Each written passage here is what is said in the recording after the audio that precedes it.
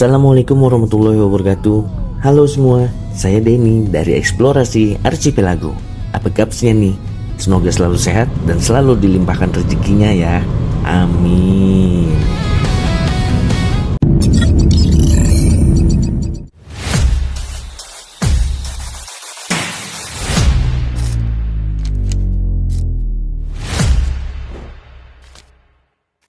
Yeah. Eksplorasi Archipelago. Assalamualaikum. Hari ini kita lagi dalam perjalanan dari Banjarmasin menuju Kintab, salah satu kecamatan di Kabupaten Tanah Laut. Dan kali ini kita nggak bareng Pak Ijo ataupun Parjo. Hari ini kita lagi pakai mobilnya Pak Bos, Toyota Alphard tahun 2020. Mohon izin ya Pak Bos, mobilnya kita bawa sambil ngonten tipis-tipis. Nah, kira-kira dengan mobil semewah, senyaman dan sebesar ini, kalau dibikin camper van atau dipakai road trip jarak jauh, itu worth it nggak sih? Baik dari sisi perawatan, konsumsi BBM, sampai kenyamanannya. Yuk kita bahas tipis-tipis bareng di perjalanan kali ini. Tetaplah menjelajah, bukan cuma lewat tapi merasa.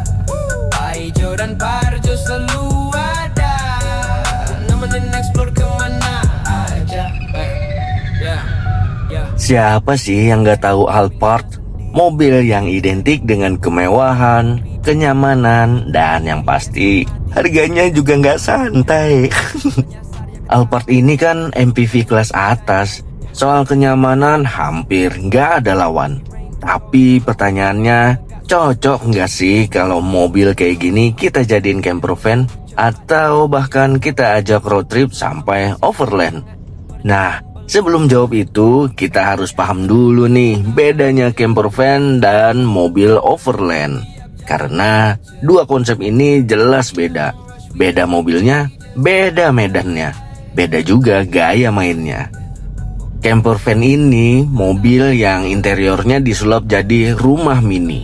Di dalamnya ada tempat tidur, kadang ada dapur kecil, storage rapi, semua serba di dalam kabin. Kayak mobilnya Om Ega dari Sang Aram kemarin. Nah, biasanya basisnya mobil berdimensi besar, minibus atau van, karena fokusnya di kenyamanan interior. Dan umumnya camper van ini dipakai di jalan aspal atau jalur yang relatif ringan. Konsepnya lebih santai, pindah dari satu tempat wisata ke tempat wisata lainnya tanpa harus pasang tenda di luar. Nah, kalau overland ini beda cerita. Kalau overland itu kayak Pak Ijo, belusukan kemana-mana, masuk hutan, pegunungan, jalan rusak, bahkan jalur yang gak semua mobil bisa lewat. Biasanya butuh mobil 4x4 dan minimal kaki-kaki yang sudah diperkuat. Suspensinya lebih tangguh, ground clearance lebih tinggi. Pak Ijo kemarin aja sempat dimodif sedikit di bagian kaki-kakinya, biar tetap nyaman diajak main berat. Jadi, kalau camper van itu hidupnya di dalam mobil. Kalau overland, aktivitasnya justru lebih banyak di luar mobil. Tetaplah menjelajah, karena setiap jalan punya cerita. This road is more than maps, it's life we capture on the track. Nah, sekarang pertanyaannya, Alphard ini lebih cocok jadi camper van atau overland? Kalau kita lihat dari dimensi bodinya yang besar, kabin luas, captain seat empuk, peredamnya juga juara, ditambah lagi suspensi belakang double wishbone yang terkenal nyaman banget. Fix sih, secara karakter, Alphard ini lebih cocok dan lebih nyaman dijadikan camper van. Karena DNA-nya memang luxury MPV, didesain buat kenyamanan penumpang, bukan buat nanjak lumpur atau nerabas sungai. Interiornya lega, lantainya rata, gampang banget kalau mau disulap jadi mini living space. Tinggal lepas kursi tengah belakang, bikin platform bed, tambah storage, mungkin mini pantry. Jadi deh camper van premium rasa sultan. Tapi bukan berarti nggak bisa overland. Di luar sana bahkan ada juga Alphard yang dimodifikasi ekstrim. Ground clearance ditinggikan, pasang ban AT, upgrade suspensi, bahkan sampai konversi double gardan supaya bisa main di medan lebih berat. Tapi pertanyaannya, worth it nggak? Karena kalau sudah masuk modifikasi ekstrim, yang pertama biaya pasti nggak kecil. Yang kedua, kenyamanan khas Alphard bisa berkurang. Ketiga, risiko ke komponen kaki-kaki dan drivetrain juga makin besar. Dan yang keempat, pastinya resale value bisa jadi turun kan ya. Jadi menurut saya pribadi, kalau konsepnya road trip santai, jelajah antar kota, camping di tempat yang akses jalannya masih oke, Alphard ini cocok banget jadi camper van premium. Bayangin aja, habis capek nyetir, buka pintu geser elektrik, langsung masuk ke kabin adem, rebahan empuk, bikin kopi di dalam mobil. Itu nikmatnya beda.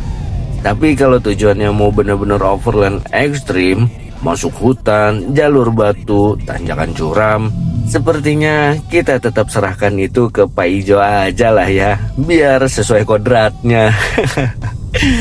Jadi kesimpulannya, Alphard itu bukan nggak bisa overland, tapi dia lebih bahagia kalau dijadikan camper van luxury buat road trip nyaman. Tetaplah menjelajah.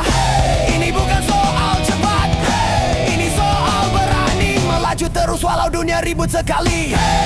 Tetaplah menjelajah sampai ujung nafas. Selama roda berputar eksplorasi archipelago. Yes. Jalan, jalan, jalan. Sekarang kita masuk ke bagian yang paling bikin penasaran. Tes konsumsi BBM Alphard. Karena percuma dong mobil nyaman, kabin lega, tapi tiap isi bensin bikin dompet ikut overthinking. Oke, rute kita hari ini dari Banjarmasin menuju Kintab. Medannya kombinasi jalan kota, jalan antar kabupaten, sama beberapa titik yang agak bergelombang. Ditambah ada beberapa tikungan dan tanjakan yang ya lumayan ekstrim. Spek singkat dulu, Alphard tahun 2020 ini pakai mesin 2,5 liter. Bobot mobil hampir 2 ton lebih. Jadi wajar kalau ekspektasi BBM-nya nggak bisa disamain sama LCGC ya. Nah, dari perjalanan kita ini, dalam kondisi santai, kecepatan stabil di kisaran rata-rata 60-80 km per jam. AC full nyala terus, penumpang nihil ya. Dan mode berkendara juga normal, kadang juga masuk ke eco mode. Rata-rata konsumsi BBM-nya ada di kisaran 12-14 km per liter. Kalau dalam kota padat biasanya bisa turun sampai sekitar 10-12 ya km per liter. Nah, kalau luar kota lebih stabil, bisa tembus 14-15 km per liter kalau kaki kita nggak berat. Artinya apa? Untuk ukuran MPV luxury berbadan besar, angka ini masih cukup wajar. Memang bukan mobil irit, tapi juga bukan yang boros banget di kelasnya. Kalau dipakai road trip santai ala camper van, masih masuk akal. Tapi kalau dipakai overland berat, ban AT gede, suspensi naik, pasti beban nambah. Ya siap-siap konsumsi BBM makin turun. Karena semakin berat dan semakin tinggi mobil, makin besar juga hambatan anginnya. Aku akan tetap di jalan meski dunia berubah arah. Tetaplah menjelajah kata hati, karena setiap jalan punya cerita. Sekarang kita coba hitung-hitungan kasar ya. Kalau Alphard ini kita sulap jadi camper van premium, kira-kira habis berapa sih? Karena ini bukan mobil murah, jadi konsep modifnya juga nggak bisa asal potong-potong ya. Harus rapi, presisi, dan tetap menjaga nilai mobilnya. Nah, kita mulai dari tahap interior konversinya. Kalau kursi tengah dan kursi belakang dilepas, lalu dibikin platform bed custom, ya bahannya plywood plus finishing HPL lah, ditambah dengan karpet premium. Storage drawer di bawah kasur, terus lemari kecil atau kabinet samping, ditambah dengan meja lipat. Kira-kira estimasi biaya sekitar 15-30 juta, tergantung kualitas material dan kerapian pengerjaan. Untuk sistem kelistrikan camper, supaya nyaman dan mandiri, perlu adanya aki tambahan yang deep cycle battery ya, plus inverter, pakai panel kontrol biar aman, ditambah lampu LED interior, colokan tambahan, kalau bisa tambah solar panel di atap, ya itu opsional sih ya. Itu estimasi sekitar 10-25 jutaan. Kalau pakai solar panel plus sistem rapi bisa tembus di 30 jutaan. Nah, sekarang untuk mini pantry setupnya ada kompor portable tanam, laci alat masak, tangki air bersih kecil plus pompa, dan wastafel mini itu sekitar 5-15 jutaan. Terus untuk suspensinya bisa di-upgrade, bisa juga enggak. Kalau mau lebih kuat bawa beban tambahan, ya perlulah pernya di-upgrade. Terus shock absorbernya yang pakai heavy duty, estimasi 10-20 jutaan. Untuk sementara total estimasi kasar kalau dijumlahkan dengan modifikasi basic camper van rapi, ya sekitar 30-50 jutaan lah. Kalau full proper camper plus solar plus upgrade suspensi bisa tembus 60-80 jutaan. Dan ini belum termasuk kalau mau roof rack premium ya. Ditambah ada juga awning atau mau ganti ban AT, bahkan sampai ke lift kit ekstrim. Kalau sudah ke arah camper van overland look bisa lewat deh 100 juta. Jadi pertanyaannya, dengan harga mobil yang sudah mahal, lalu modif 50-80 juta lagi, worth it nggak? Kalau tujuannya bikin camper van luxury buat road trip keluarga yang nyaman banget, menurut saya sih masih masuk akal. Tapi kalau mau dibawa overland ekstrim, kayaknya Alphard ini lebih bahagia kalau jadi camper van sultan, bukan jadi mobil belusukan. Karena pada akhirnya Alphard itu DNA-nya kenyamanan, bukan ketangguhan. Tetaplah menjelajah kata hati, karena setiap jalan punya cerita. Every night I Sekarang kita ngomongin harga lagi nih. Biar adil, sebelum kita bahas modif-modifan tadi, untuk harga bekas Alphard tipe G tahun 2020 di Indonesia sekitar kisarannya ada di angka 650-997 jutaan.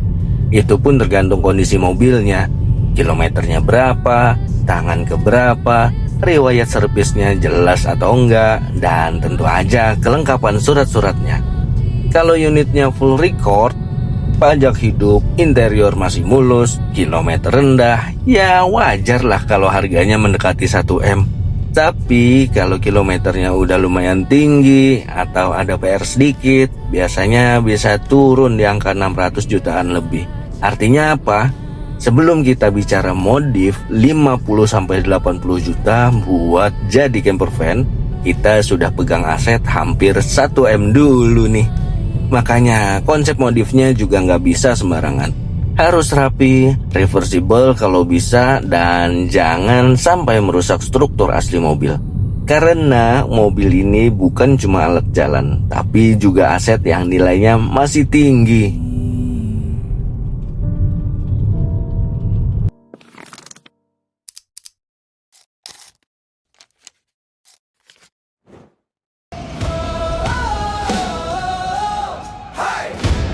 Explore Archipelago. Let's go.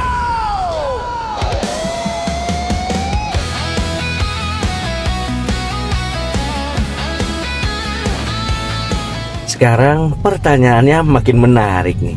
Dengan harga mobil bekas Alphard tipe G yang bisa di angka 650 sampai hampir 1M, lalu ditambah modif camper van katakanlah 50-80 juta, artinya total budget kita bisa tembus 700 juta sampai lebih dari 1M.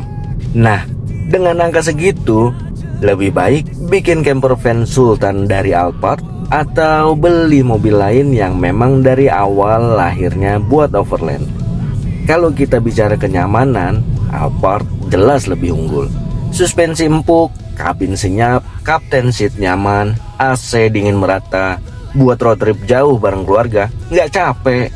Tapi kalau kita bicara ketangguhan medan, mobil leather frame 4x4 jelas lebih siap. Ground clearance-nya tinggi, kaki-kaki kuat, dan memang didesain buat diajak kerja berat. Jadi semuanya balik lagi ke gaya main kita.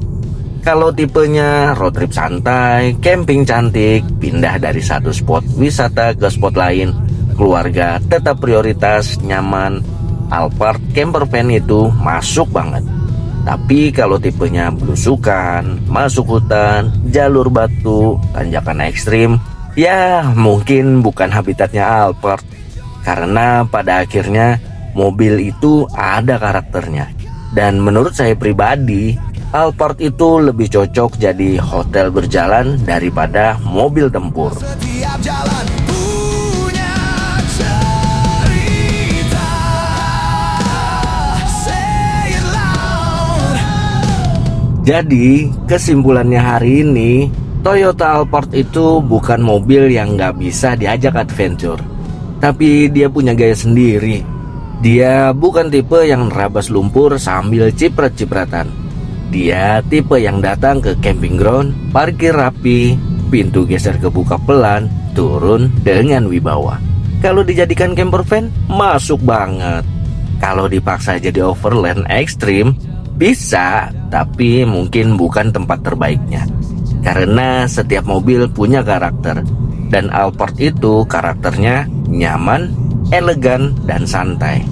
Nah, sekarang gantian kalian. Kalau punya budget segini, kalian bakal pilih bikin camper van Sultan dari Alphard atau beli mobil khusus overland yang siap diajak belusukan? Tulis di kolom komentar ya.